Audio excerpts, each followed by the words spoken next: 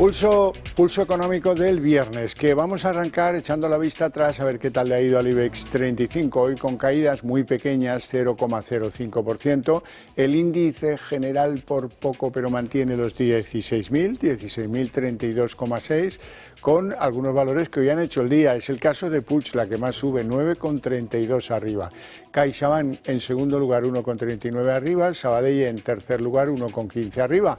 Y en el lado del rojo, luego explicaremos por qué, Mapfre es la líder de las caídas hoy, 5,01, Redeia 4 y Acerinox 2,87. Y a continuación les voy a adelantar a modo de titulares lo que yo creo que va a ser lo mollar de nuestra tertulia de análisis económico, la que mantenemos aquí cada tarde con los mejores expertos para que a ustedes no se les escape un detalle.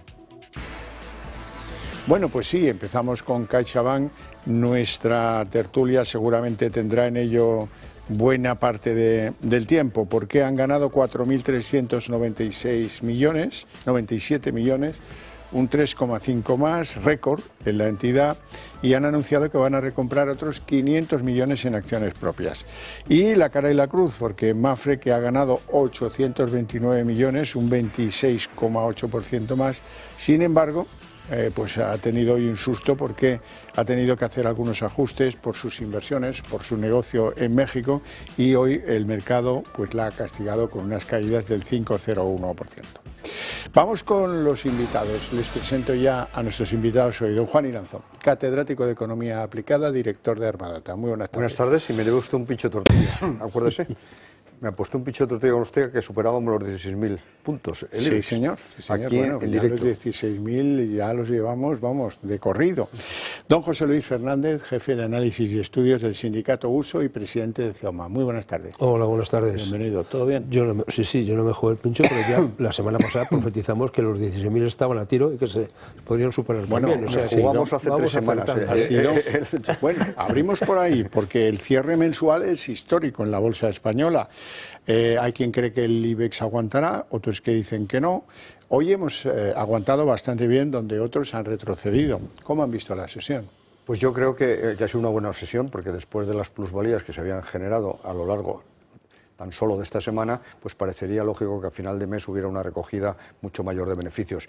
Y la caída ha sido mínima, pero mínima minimorum. Y se han mantenido los 16.000 puntos, que es la primera vez que se cierra un mes por encima de los 16.000, porque solo se tocó un día, 16.080 en el año 2007, pero no cerró la sesión ni siquiera por encima, de tal manera que hemos llegado a 1.150, y yo creo que lo fundamental que hay que recordar, y sobre todo a este gobierno, que se debe precisamente al buen funcionamiento de las empresas, y yo me atrevería a decir, incluso a pesar de los impuestos que establece el gobierno pues a los bancos, a los eléctricas, etcétera. Yo creo que la política de dividendos está siendo muy acertada, y eso es fundamental, y alguna empresa en este momento lo está olvidando, y eso también le está creando problemas. De tal manera que los accionistas quieren dividendos, esa política de incremento del payout está generando mucho atractivo. Y luego, por otro lado, hay que tener en cuenta que el IBEX iba retrasado, siempre lo dijimos, y además hay bastante liquidez en el sistema y han bajado los tipos. De tal manera que no podemos pedir. Situación muy adecuada. Don José Luis. Bueno, la situación es más que óptima, como se está diciendo. Yo creo que la situación es que todavía puede subir más y que por tanto hay gente que espera a recoger beneficios, pero un poquito más tarde, ¿no? Es decir, que esta situación me parece que es... Y lo que dice Juan es de auténtico sentido común. Hombre, un accionista invierte en determinada empresa para recoger un beneficio, y eso se hace a través del dividendo. Si no te lo dan, pues te planteas salir de ahí para donde te lo puedan dar. Esta es la situación que hay, ¿no? Yo creo que estamos viendo un movimiento de empresa donde eso se está bonificando claramente, ¿no? Es decir, cada vez se anuncia más el dividendo, incluso dividendos anticipados, ¿no? Es decir, con lo cual me parece que es una forma también de retener y de captar. Me parece que las situaciones ahí estamos en valores históricos de la bolsa, ¿no? Es decir, que prácticamente 2000, vamos, es que yo creo que no acabamos un año así, es decir, este mes ha sido más de un 3,6, 3,7 y en la semana un 1 y pico, ¿no? Es decir, es que, bueno, me parece que la renta variable está dando renta, que esto es lo realmente importante. Pero variable. No sé bueno, pero renta. Bueno, empezamos en Europa nuestro recorrido informativo porque la inflación se ha relajado en octubre a nivel de la eurozona, de los países que contribuyen a la moneda del euro, 20 países, el 2,1%. España ya está muy por arriba de ese medio. Pues efectivamente, se trata de un magnífico dato porque está prácticamente pegado al objetivo de estabilidad de precios del Banco Central Europeo, que lo tiene fijado en el 2% por las mejoras de calidad, de tal manera que está pegado, y eso queda una situación de bastante confortabilidad al Banco Central Europeo. Es verdad que también habíamos anticipado que por ahora no va a seguir bajando los tipos, salvo que la economía europea siga al tran-tran, ralentizada prácticamente como en este momento, sobre todo la alemana. Pero se encuentra confortable con ese 2%, pero también hay que tener en cuenta que a nosotros nos penaliza. ¿Por qué? Porque España tiene una inflación de un punto por encima, 3,1%, llevamos 5 meses de incrementos continuos del IPC y eso es peligroso porque significa pérdida de competitividad y significa sobre todo pérdida de poder adquisitivo de los ciudadanos, porque lo que hay que tener en cuenta es que nuestro diferencial fundamental de inflación se centra en los alimentos frescos y eso lógicamente lo que significa básicamente es que perdemos especial poder adquisitivo. Y las cargas que se aplican a la electricidad, también, que no son pocas, que el apagón pues lo solucionamos metiéndole en el recibito por cada megavatio un impuesto y un pellizquín. La inflación de la eurozona, don José Luis. Bueno, pues se ha moderado, es decir, el mes ha bajado una décima, del 2,2 al 2,1, es decir, se van cumpliendo los objetivos del Banco Central Europeo, que es en ese entorno del 2%. Bueno, pues a partir de ahí, eso también lo que le da cierta estabilidad a que el Banco Central Europeo permite mantener esos tipos en el 2%. Bueno, con posibilidades en un momento determinado antes de acabar el año de que pueda rebajar un cuartillo, pero yo creo que se va a establecer ahí durante todo lo que queda de año. Yo creo que la situación es la de siempre, ¿no?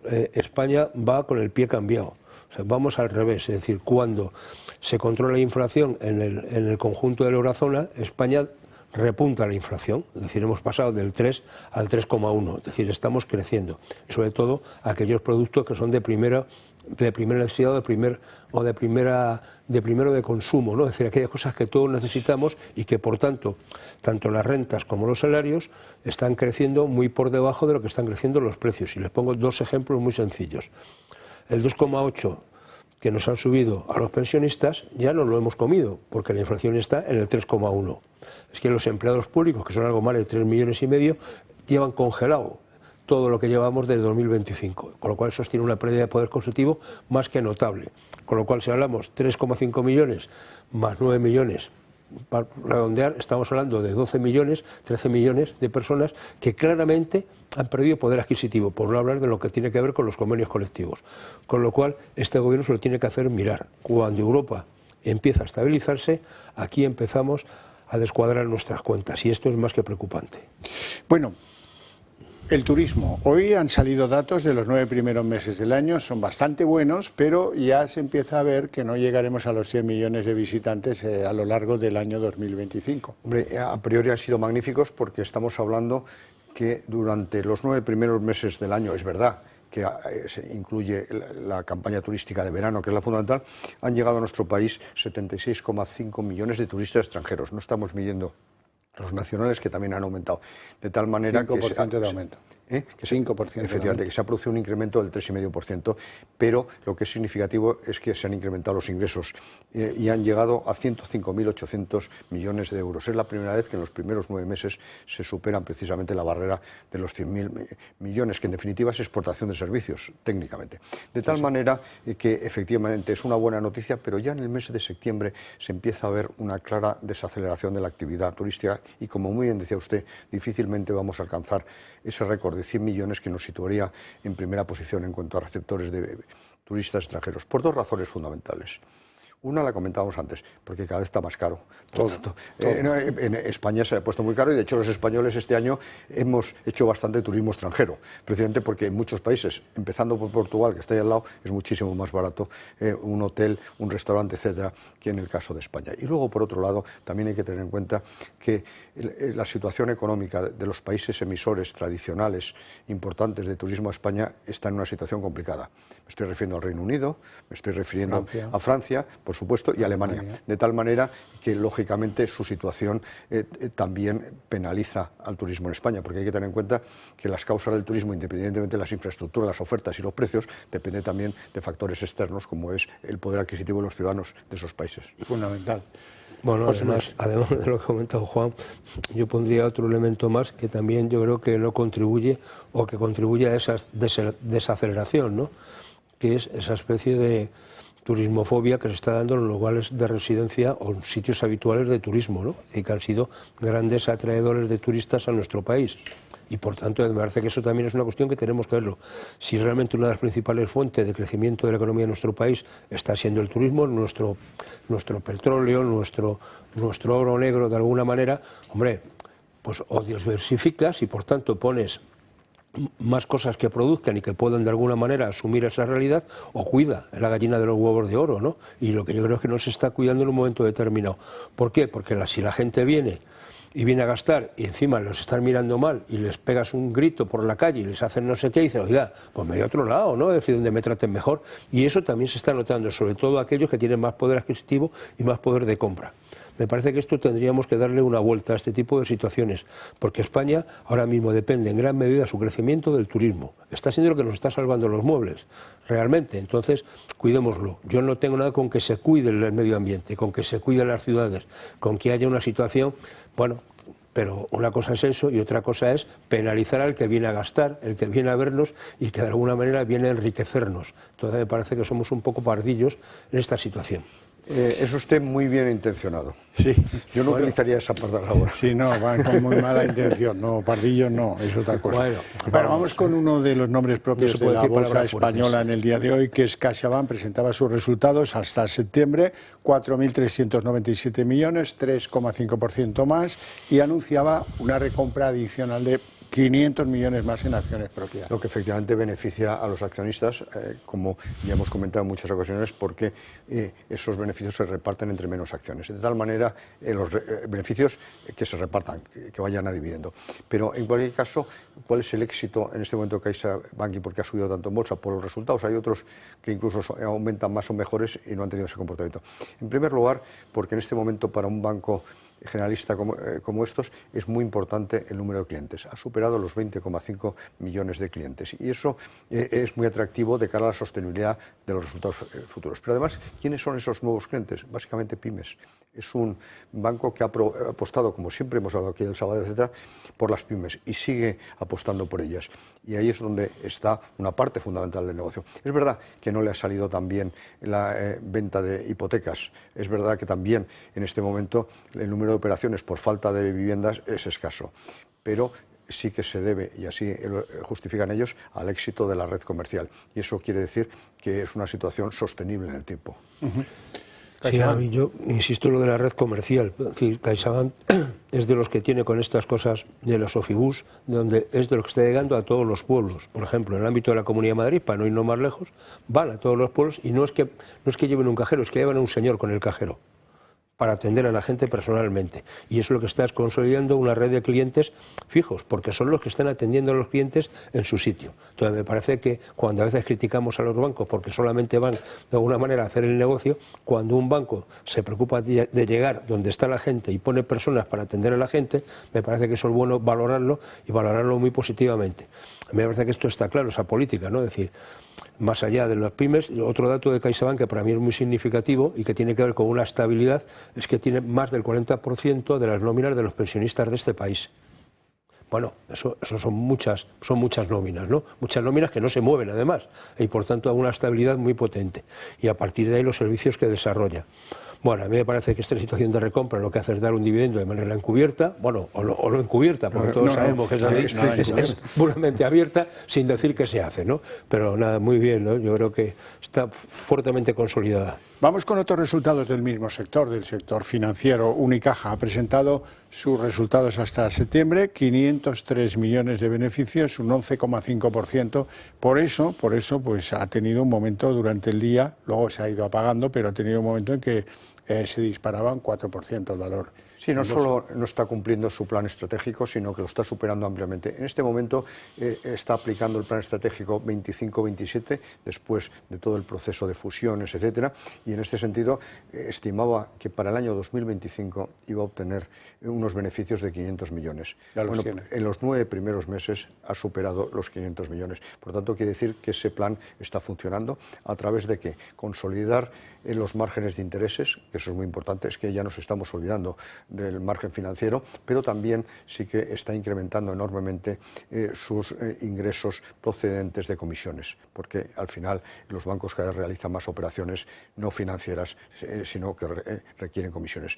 De tal manera que en este momento es un banco muy atractivo, pues por ejemplo para el Sabadell, es que a lo mejor se pueden hacer novios pronto. Es verdad que todavía Unicaja tiene que ir asimilando, tiene que ir consolidándose, porque la fusión reciente ha sido bastante traumática, la renovación de toda la cúpula, de todo el cuerpo directivo, etcétera, pero evidentemente se trata de un banco que clarísimamente se ha consolidado y que se está expansionando, teniendo además una red de oficinas muy potente desde Asturias, porque la antigua Caja de Ahorro de Asturias se incorporó hasta Andalucía, pero pasando por todo Castilla-León, de tal manera que tiene grandes posibilidades de seguir creciendo.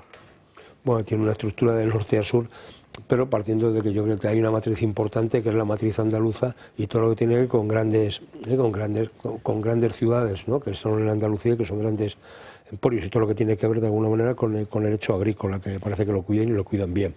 Bueno, a mí me parece que está muy bien, es decir, que yo creo que se tiene que consolidar después de esas operaciones de fusiones, y son caramelitos en dulce para posibles fusiones de distintas entidades, ¿no? Es decir, yo creo que en un momento determinado veremos alguna fusión más en nuestro país, ¿no? Entonces, bueno, yo creo que hay varias con las que se puede jugar. La operación Sabadell BBVA, bueno, ha acabado donde ha acabado, vamos a ver si se plantean otras, ¿no? Y hay varios candidatos, no solamente Unicaja, sino que más al norte y hacia la izquierda también hay algunos que pintan bien. Permítame ahora un consejo publicitario.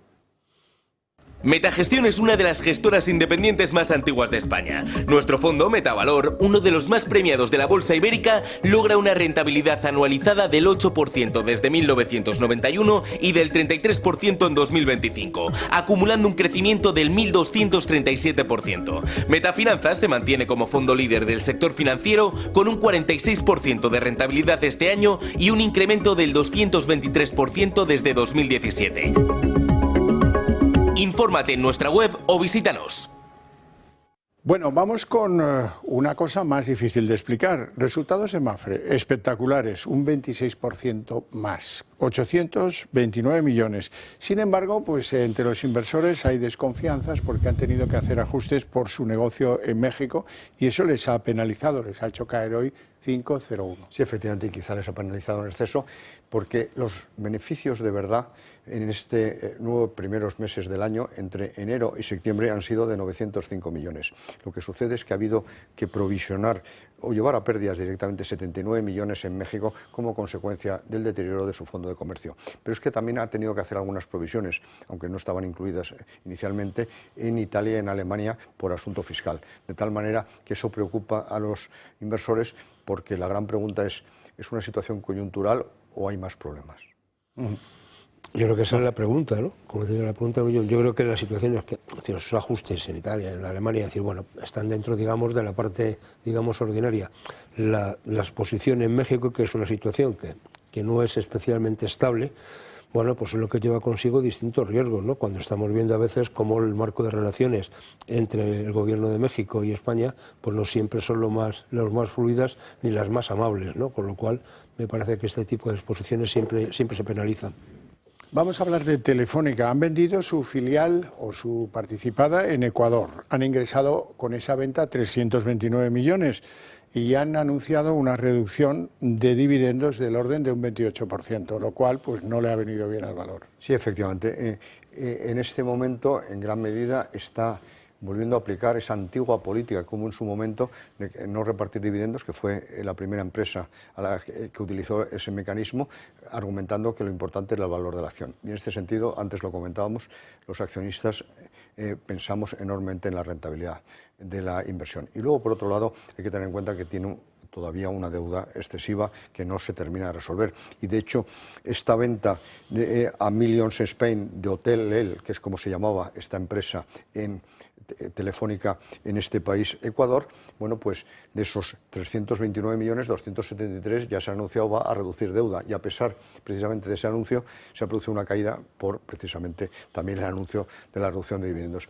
Yo creo que Telefónica todavía no termina de encontrar su camino claro y eso está penalizando precisamente su situación en bolsa. Yo creo que le ha penalizado más el anuncio del recorte del dividendo que la operación de la venta, ¿no? Es decir, porque yo creo que estas operaciones, Telefónica lleva ya un tiempo haciéndolas, de desprenderse de cosas fundamentalmente en Latinoamérica para precisamente, de alguna manera, bajar su nivel de deuda, ¿no? Es decir, que esto son operaciones, de alguna manera, para intentar sanear la compañía. Pero si además de junto a eso tú lo que dices es que vas a rebajar el dividendo, pues ya la cosa se te complica más, ¿no? Me parece que seguramente aquí hay un problema de comunicación también importante que tiene que ver mucho cómo se gestiona el negocio, ¿no? Y yo creo que en este caso no han sido muy acertados. Vamos a hablar de Puig, la que más sube hoy, 9,32, y es por haber anunciado una facturación espectacular de 3.596 millones de euros hasta septiembre, un 7% más de lo que tenía facturado el año anterior. Sí, efectivamente, estamos hablando de un valor por el que apostamos todos cuando salió a bolsa, luego no ha tenido el comportamiento tan satisfactorio como en principio pensábamos, porque en general el lujo en este momento no está cotizando al alza como sí en ejercicios pasados, pero evidentemente sus resultados son importantes y sobre todo su capacidad de crecimiento, porque hay que tener en cuenta ese incremento precisamente de los resultados de las ventas y de los beneficios, pero es que hay una serie de ramas de actividad que tiene un crecimiento muy superior. Cuidados de la piel ha crecido un 18,1% y maquillajes un 16%, de tal manera que su negocio de colonias, etcétera, es el que más factura, pero el que menos crece. Pero en cualquier caso, esa diversificación el mercado lo ha considerado positivo. Bueno, de alguna manera, junto con ese tema de los perfumes, como más conocido, también está esa diversificación hacia los productos de belleza, ¿no? Vamos a llamarlo así. Y yo creo que el tema de fondo es que también este trimestre es un trimestre bueno para la venta. Es decir, que la gente también lo presupone, ¿no? Es decir, si la compañía va bien, tiene beneficios y venimos ahora a entrar en lo que tiene que ver toda la campaña de Navidad, donde este tipo de objetos son sujetos de regalo, y que del incremento de todavía deuda la cosa pinta bien y por tanto hace que sea un valor muy atractivo, ¿no? Bueno, y acabamos los resultados con Acerinox, la compañía acerera, pues se ha desplomado 96% su beneficio, consecuencia de la temporada del año que llevan. El año 25 ha sido muy malo, aunque su facturación ha mejorado un 9%. Bueno, la facturación ha subido, pero los beneficios no. Por tanto, quiere decir que los costes y los márgenes se han deteriorado sensiblemente. Es que hay que tener en cuenta que en los 9 primeros meses del año el beneficio ha sido de 9 millones de euros. 9 millones, no 9 millones de euros. Bien es verdad que está mejorando en el último trimestre porque el tercero ha crecido los beneficios 25 millones. Eso quiere decir que en los dos anteriores había tenido pérdidas significativas. El argumento que hay razones geoestrategias geopolíticas que lo explican, bueno, eso para mí en este momento no es una justificación para que se esté derrumbando precisamente una realidad tan importante desde el punto de vista industrial y como materia prima. De tal manera que yo creo que aquí hay un problema de costes significativo y eso es lo que le está penalizando. Bueno, yo creo que eso, aparte de ese problema de costes significativo, también es verdad que yo creo que el marco geopolítico que está, dice el tema, al final el acero dónde lo colocas, ¿no? Y este es el tema y para qué. Y por tanto, la industria armamentística tiene su hándicap, la industria automovilística, que ha sido una de las grandes consumidoras, está cayendo, con lo cual dice, bueno, pues seguramente la actividad justifica mucho eso que Juan está diciendo. La construcción tampoco tira. La construcción tampoco tira, claro, es decir que estamos en una situación...